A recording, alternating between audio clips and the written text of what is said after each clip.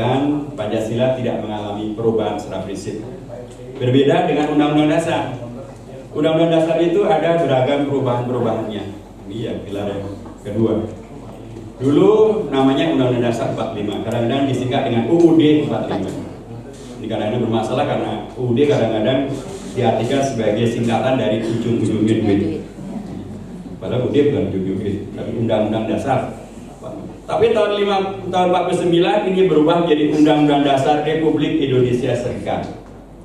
Tahun 50 berubah lagi menjadi Undang-Undang Dasar sementara tahun 1950. Tahun 59 Bung Karno mengembalikan pada Undang-Undang Dasar 45.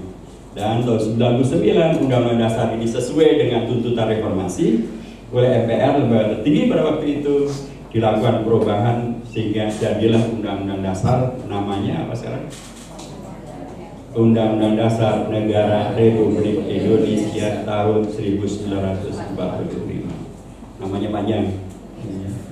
Tapi mohon maaf, kadang-kadang ada guyonan juga kalau menjelang Hari Kartini biasanya ada guyonan begini. Sebutkan nama ibu kita Kartini. Siapa namanya? Harum. Ya kan? Kan nyanyiannya begini, ibu kita Kartini, putri sejati, putri Indonesia. Harum. Nah, ini nama ibu kita Kartini adalah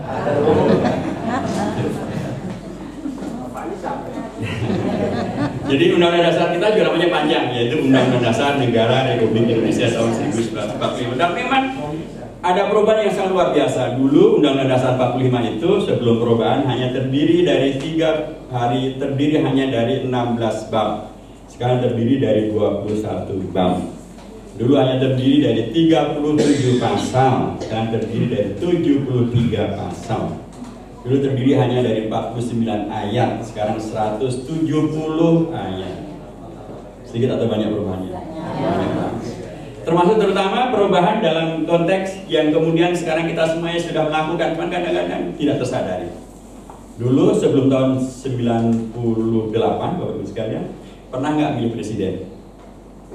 Sebelum tahun 98. Bapak Ibu pernah milih presiden? Memilih presiden. Siapa yang milih presiden waktu itu? MPR ya. Pernahkah sebelum tahun 98 warga Jakarta memilih gubernur? Enggak pernah. Siapa memilih gubernur waktu itu? DPRD. Sekarang mengapa warga Indonesia, warga Jakarta memilih gubernur dan memilih presiden secara langsung?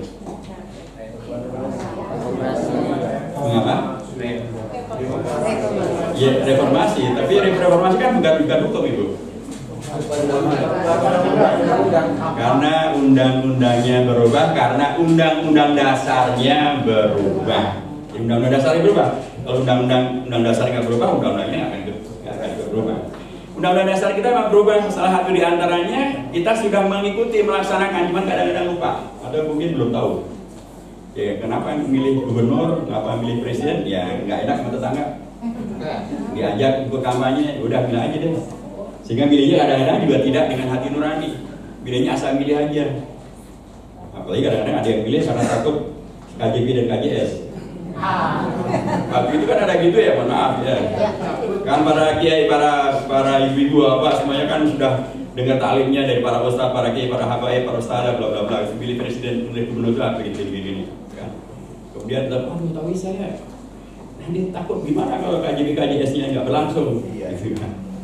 Rupanya beliau-beliau yang pada setiap hari itu pengajian, rupanya doa iftitahnya maknanya berbeda. Kan doa iftitah kita mestinya ada inna sholati wa nusuki wa mahyaya wa mamati lillahi rabbil alamin. Tapi waktu itu barangkali inna sholati wa nusuki wa mahyaya wa mamati li KJP dan KJS. Tapi saya yakin itu bukan keluarga mengadukan ya Pak, keluarga masih istiqomah lah gitu. Saya ingin mengatakan sekali lagi bahwa Undang-Undang Dasarnya berubah, yang sesungguhnya Undang-Undang Dasar kita ini memberikan kekuasaan dan kewenangan bagi rakyat dengan sangat luar biasa. Di pasal 1 ayat 2 dari Undang-Undang Dasar ditegaskan bahwa kedaulatan ada di tangan rakyat dan dilaksanakan sesuai dengan Undang-Undang Dasar. Rakyat ini diberi kewenangan di Undang-Undang Dasar untuk mempunyai kedaulatan tertinggi, karenanya rakyatlah yang memilih presiden, rakyat memilih gubernur, bupati, wali kota, rakyat memilih anggota DPR, DPRD, anggota DPD, dan begitu seterusnya. Karenanya sangat seharusnya bila rakyat memahami bahwa kedaulatan ini maknanya sangat dalam dan sangat berharga, sehingga jangan kemudian dibuat tidak berharga dengan misalnya kemudian karena faktor 50.000 kemudian menjadi kehilangan. Maksudnya kedaulatan kita harganya 50.000, atau kemudian karena sembako ya, atau sebaliknya karena tadi terjebak di radikalis kemudian semuanya dikafirkan. Demokrasi kafir, pemilu kafir, republik kafir, demokrasi bid'ah, republik bid'ah, pemilu bid'ah, pilkada bid'ah, akhirnya golput. Jangan juga, karena sesungguhnya yang saya cermatan, kenapa sih kafir? Ya, kan katanya itu sistem dari barat. Emang kalau sistem dari barat semuanya kafir? Saya tanya balik, Anda sekolah nggak? Sekolah sudah. Di mana? SD, SMP, SMA? Ya. Perguruan tinggi, betul. Pertanyaan saya, sistem pendidikan berjenjang dari SD sampai perguruan tinggi itu datangnya dari barat atau dari timur atau dari mana? Dari barat. Kok pada sekolah bukannya kafir? Malah pada bikin sekolah. Jadi tidak semua dari barat serta merta adalah kafir. Sama juga tidak serta merta dari timur adalah menjadi halal. Nah kalau misalnya di Jawa itu ada istilah molimo gitu ya. Apakah molimo itu menjadi halal karena dia dari timur? Ya enggak juga. Molimo itu kan madon, madat, maling, main, mabok, banyak gitu ya. Itu kan sebenarnya juga tentu tidak boleh sekalipun datang dari timur. Ada yang mengatakan ini tangkap ini tidak ada karena tidak ada pada zaman Rasulullah. Ya kan pada zaman Rasulullah nggak ada namanya pemilu, nggak ada nama demokrasi, nggak ada namanya partai politik. Tapi apakah semua yang tidak ada pada masa Rasulullah otomatis adalah menjadi bid'ah dan kemudian kita harus menjadi golput? Enggak juga. Saya tanya balik, misalnya nih, Anda tiap hari makan apa sih? Makan nasi kan? Iya. Pakai rawon atau pakai karedok atau pakai gado-gado? Iya. Emang dulu Rasul makan nasi? Enggak. Kok pada makan nasi? Bukan bid'ah. Iya kan? Enggak juga. Jadi tidak semua yang tidak ada pada masa otomatis menjadi bid'ah.